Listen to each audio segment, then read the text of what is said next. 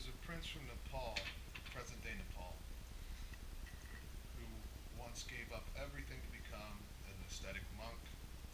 That didn't fit his need, so he sat under a fig tree. While sitting under the fig tree, he found the path to enlightenment. He discovered the Four Noble Truths and the Eightfold Path. He became Buddha.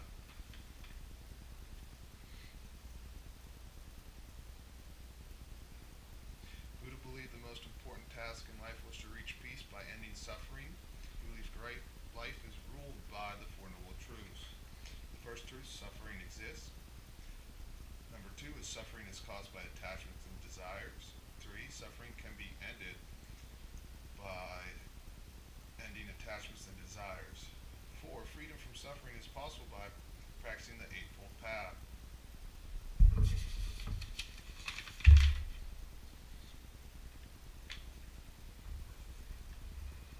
The Eightfold Path is a set of instructions that people use to find the proper way to live.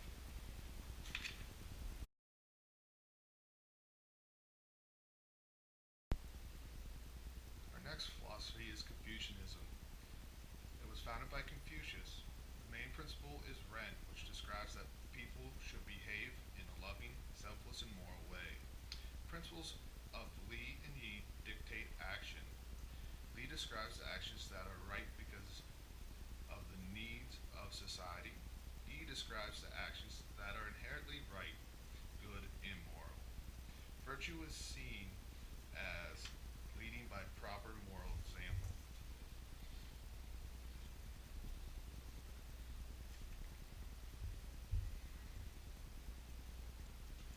Confucius's students wrote down the Analects of Confucius, which are his writings, his beliefs. Some of his sayings are, everything has its beauty, but not everyone sees it. Life is really simple, but we insist on making it complicated. And one that we're most recognized is choose a job you love, and you will never have to work a day in your life.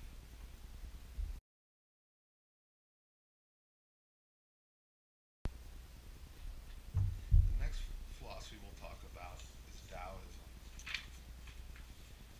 Lao Tzu came up with this philosophy, Taoism. Uh, they believe Tao is the way.